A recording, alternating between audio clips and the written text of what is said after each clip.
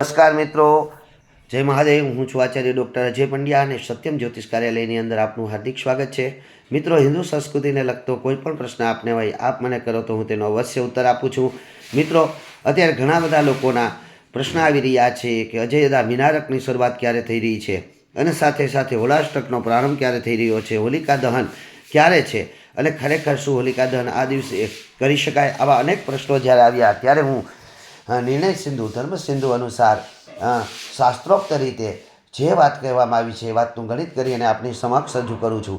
હું સેકન્ડની વાત આપના સમક્ષ રજૂ કરી રહ્યો છું। મિનારકની અંદર આપણે શુભ કાર્યો કરતા નથી, જેવા કે લગ્ન પ્રસંગ થાય, વાસ્તુ પ્રવેશ ન થાય, સગાઈ ન થાય, ગૃહની અંદર રહેવા માટે ન જવાય, તો આદિ કાર્યો જે યજ્ઞોપવિત જેવા આદિ કાર્યો નથી થતા, તેની પાછળનું કારણ શું છે અને મિનારકની શરૂઆત ક્યારે થઈ રહી છે?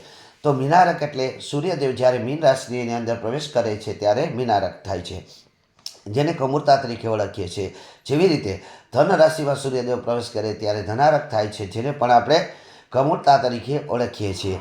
પરંતુ અહીં કથાઓ તો ઘણી બધી છે, એક સૂર્યદેવના ઘોડા સાથે સંકળાયેલી છે, તો અન્ય કથાઓ પણ છે કે આની અંદર સૂર્યનું તેજ ઓછું હોય છે। તો ઘણા પ્રશ્નો એવા પણ આવે છે કે મીન અને ગુરુ બંને, મીન જે ગુરુની જ રાશિ છે એમ ધનુ પણ ગુરુની જ રાશિ છે અને ગુરુ અને સૂર્ય બંને મિત્ર છે, છતાં પણ આ સમયની અંદર શા માટે સારા કાર્યો કરવામાં આવતા નથી? તો આવા દરેક પ્રશ્નોનો હું ઉત્તર આપું છું। પરંતુ અહીં પહેલાં મિનારકની શુભ શરૂઆત ક્યારે થઈ રહી છે? તો મિનારક તારીખ 14/3/2024 ફાગણ સુદ ગુરુવારના રોજ બપોરે 12:34 અને 24 સેકન્ડે આ મિનારક શરૂઆત થાય છે, એટલે કે સૂર્યદેવ છે તે મીન રાશિમાં પ્રવેશ કરે છે। આથી કરી આને કમૂરતા ગણવામાં આવે છે અને અહીંથી શુભ પ્રારંભ નો અંત આવે છે, સારા માંગલિક પ્રસંગો થતા નથી। તો અહીં મિનારક પૂર્ણ ક્યારે થાય છે? તો મિનારક પૂર્ણ તારીખ 13/4/2024 અને ચૈત્ર સુદ પાંચમ ને શનિવારના રોજ રાત્રે 9:04 અને 23 સેકન્ડે પૂર્ણ થાય છે, એટલે કે મેષ રાશિની અંદર સૂર્ય પ્રવેશ કરે છે અને સૂર્ય જ્યારે મેષ રાશિની અંદર પ્રવેશ કરે ત્યારે મિનારક પૂર્ણ થાય છે।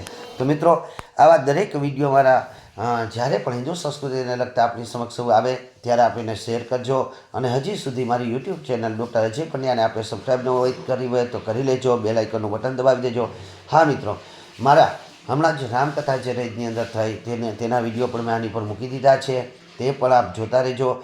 અને સાથે સાથે જે હોળાષ્ટક અને હોલિકા દહન ક્યારે છે એનો વિડીયો હું હવે પછી બનાવીશ, તે જોવા માટે પણ આપ અવશ્ય તત્પર રહેશો, કારણ કે હોલિકા દહન વિશે ઘણીવાર દ્વિધા ફેલાઈ ગયેલી છે કે હોળાષ્ટક ક્યારે બેસે છે, હોલિકા દહન ક્યારે કરવું, શું રવિવારે હોલિકા દહન કરવું કે નહીં?